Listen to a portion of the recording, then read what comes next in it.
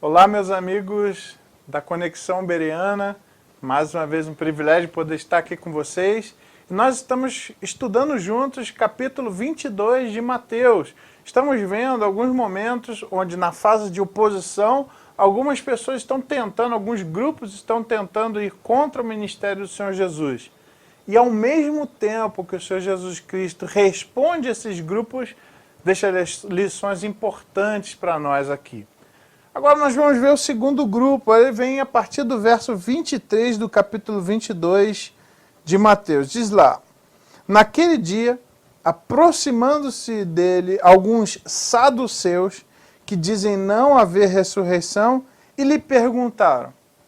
Bom, aqui aparece um outro grupo. Antes eram os herodianos, malcomunados com os fariseus, agora são os saduceus. Eram grupos distintos da religião judaica. Os saduceus eram um grupo que possuía alguns membros talvez mais abastados, mas ao mesmo tempo eles tinham uma doutrina específica onde dizia que não havia ressurreição.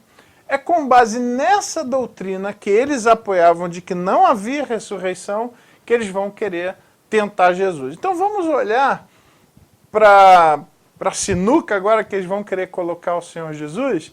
Vamos ver a resposta de Jesus, que com certeza vai trazer ensinamentos importantes para nós. Vamos lá. Olha o verso 24. Eles começam dizendo: Mestre, Moisés disse, se alguém morrer não tendo filhos, seu irmão casará com a viúva e suscitará descendência ao falecido. Realmente essa regra, ela existia, onde era chamado de lei do levirato. Levi significa cunhado. Bom, para suscitar descendência ao irmão falecido, então o segundo irmão se casava, assim por dizer, com a viúva, e aquele filho que ele gerasse naquela viúva seria considerado filho do irmão falecido, para que pudesse permanecer o nome do irmão na nação de Israel. Essa lei do levirato, eles estão usando para poder demonstrar que não existia o absurdo da ressurreição. E é com base nela que agora eles vão criar uma situação hipotética incrível, que nunca aconteceu, para tentar pegar Jesus nessa. Olha só o que eles diziam. Ora, eles vão contar a história. Havia entre nós 7 irmãos. O primeiro, tendo casado, morreu, e não tendo descendência, deixou sua mulher a seu irmão. O mesmo sucedeu com o segundo, com o terceiro, até o sétimo. Olha só que grande azar, né? Vai morrendo todo mundo, e a mulher vai ficando viúva. Morreu dos 7. Depois de todos eles, morreu também a mulher. Olha a história que os caras estão fazendo. Gente, só que eu quero deixar um parênteses aqui. Sabe que tem gente que faz isso com Deus? Para tentar dizer que a Bíblia não está dizendo, ou ele não se encaixa naquela situação, muitas vezes as pessoas criam histórias, ou criam... olha, e se for assim, será que eu posso fazer tal coisa? Que ele sabe que está errado? Mas e se acontecer isso? Olha, gente, tem um monte de gente fazendo isso. Isso não é uma boa coisa. A palavra de Deus tem princípios claros para nós. E nós precisamos nos adequar aos princípios, não fazer com que os princípios se adequem a nós. Mas beleza. Olha lá. Portanto, agora que vem a questão, ó. Na ressurreição, de qual dos 7 será ela esposa? Porque todos a desposaram. Realmente, eles foram maridos dentro da lei. Todos os 7 foram maridos dela. O Senhor Jesus Cristo, ele não vai dizer, é o do primeiro, do segundo, do terceiro. O Senhor Jesus Cristo, ele vai no cerne da questão. Esse versículo 29, para mim, é um versículo que marca um monte de outras circunstâncias. Tem muito a ver com a situação do povo de Deus e fora do povo de Deus também, porque o Senhor Jesus Cristo, ele vai dizer o seguinte: vocês estão errando. Errais não conhecendo duas coisas, as Escrituras nem o poder de Deus. Ele já vai dizer, ó, a pergunta, a questão, o raciocínio, a tentação de vocês está errada. Porque vocês não conhecem duas coisas. Você não conhece as Escrituras, nem o poder de Deus. Essa frase ela é tremenda. Tem várias coisas aqui que a gente pode tirar. Primeiro, é verdade. Todo aquele que não conhece as Escrituras, nem o poder de Deus, vai errar. A vida dessa pessoa vai ser uma vida de erro atrás de erro. Porque quem diz para nós o que é certo e errado é o Senhor através das Escrituras. Por isso também que esse desejo que a Conexão Bereana tem de trazer palavra de Deus, isso daqui é algo que nos fortifica para a gente não errar, para a gente não pecar. Um sábio uma vez disse, olha, sobre a Bíblia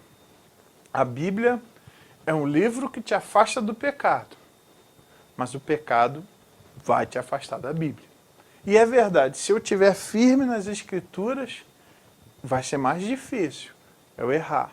É isso que Jesus está falando, vocês estão errando porque vocês não conhecem as Escrituras nem o poder de Deus. Eu acho também, a segunda coisa que eu queria falar nesse versículo, é que faz sentido.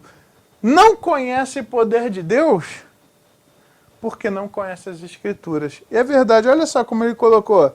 Errais não conhecendo, primeiro, as Escrituras. Segundo, nem o poder de Deus. Gente, isso é muito verdade.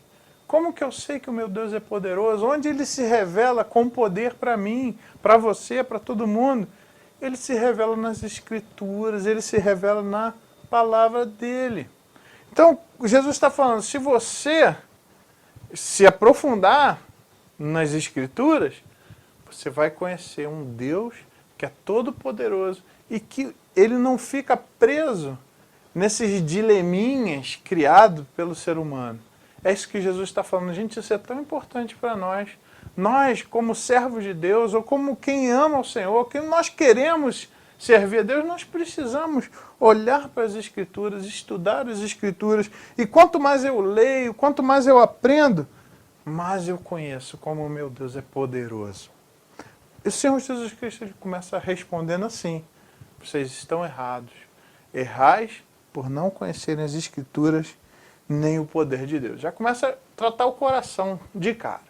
Agora ele vai tratar a doutrina, que é a doutrina de que não existe ressurreição. Olha só, primeira coisa. E quanto à ressurreição dos mortos, agora vamos entrar na doutrina. Porque vocês, primeiro, a atitude de vocês está errada, vocês fizeram uma pergunta que não tem nada a ver, mas a doutrina de vocês está errada também. Vamos tratar a doutrina? Diz o seguinte. Porque na ressurreição não se casam, nem se dão em casamento. São, porém, como os anjos no céu. Pessoal, tem tanta coisa que o pessoal já falou de bobagem nisso daí. Até falando sobre a questão do sexo dos anjos, ou que os anjos não têm sexo. Pessoal, não foi isso que Jesus falou.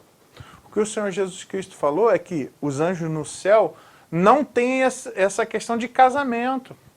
Que a ressurreição ela vai para um ponto nessa questão que está ligada à história, está ligada ao tempo e ao espaço humano, que são essas relações humanas que envolvem questão de casamento, de eu tomar uma esposa, das moças tomarem um marido. Na ressurreição, no futuro, essas relações vão ser diferentes. E ele continua então dizendo, quanto à ressurreição dos mortos, não tendes lido que Deus vos declarou. Gente, eu acho tremendo isso aqui que Jesus vai falar. Olha só. Aqui o Senhor Jesus Cristo, deixa eu dar uma aula sobre ressurreição para vocês. Ou seja, qual que é a cerne do problema dos saduceus?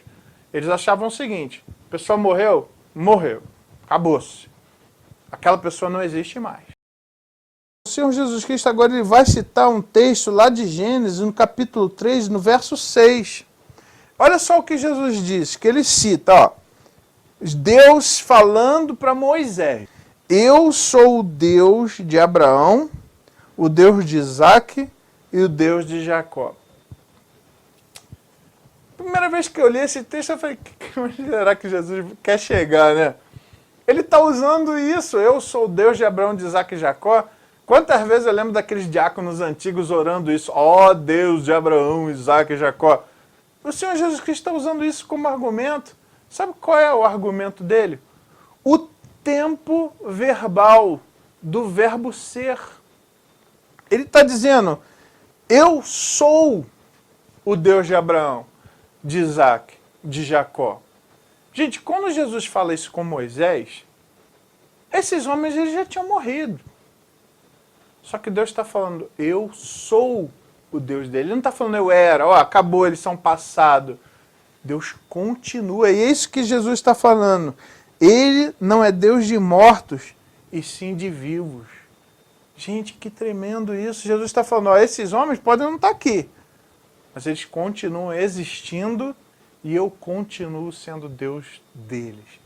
Existe ressurreição porque existe vida, existe existência depois da morte. Por isso vocês fizeram uma pergunta que não faz sentido, vocês estão errados nisso. Gente, olha só, Jesus responde isso no verso 32, eu sou Deus de Abraão, de Isaac e de Jacó. Ele não é Deus de mortos, e sim de vivos. Ouvindo isso, as multidões se maravilharam da sua doutrina. Pessoal, Jesus volta, só com um versículo, ele ensina a doutrina da ressurreição, ele demonstra que é tudo verdade, aquilo que ele falou, que Deus é totalmente verdadeiro. Isso tem que trazer uma reflexão para nós, pessoal. Como a gente já fez anteriormente, pessoal, será que nós estamos querendo colocar o Senhor Jesus Cristo à prova? Será que nós estamos fazendo perguntas inadequadas para Ele? Deixa eu contar um exemplo. Uma vez um adolescente chegou para mim e falou assim, pastor, eu estou querendo namorar com fulana, mas eu não sei se é da vontade de Deus. Eu falei assim, você está falando da fulana? Aquela menina tal? Sim, você sabe que ela ainda não tomou a decisão lá do Senhor Jesus Cristo? Sei. Rapaz, você sabe que lá em 2 Coríntios diz que Deus não quer o julgo desigual. Você deveria fazer amizade com ela, você deveria falar do amor de Deus para ela. No momento que ela tomasse uma decisão, que ela fosse salva pelo Senhor Jesus, aí sim você teria liberdade para poder ir lá e realmente querer ter um relacionamento de namoro com ela. Mas enquanto isso, Deus já te respondeu. A palavra de Deus já disse para você que não é essa a vontade de Deus para você. Aí ele fala assim, eu vou orar para saber se é isso. Para que você vai orar? Se eu já estou te mostrando o texto. Quando a gente abre a palavra de Deus, é a voz de Deus para a gente. Isso que é legal. Você que tem alguma dúvida, tem alguma questão, procura na palavra de Deus. A palavra de Deus vai te responder. Eu creio que a palavra de Deus ela é suficiente para fazer todas as respostas da nossa existência serem verdadeiras, para que todas as questões que nós precisamos saber, elas são respondidas aqui. O Senhor deixou revelada para nós. O que nós temos que fazer é não só crer que a palavra de Deus é suficiente, mas estudá-la, entendê-la, buscar o entendimento dela. Isso vai fazer diferença para nós. Bom, que Deus abençoe, busque sempre na palavra de Deus as respostas às questões, porque para Deus não existem esses dilemas, nem sinucas de bico. O Senhor Jesus Cristo vai lá na palavra e responde assim que a gente tem que fazer. Deus abençoe.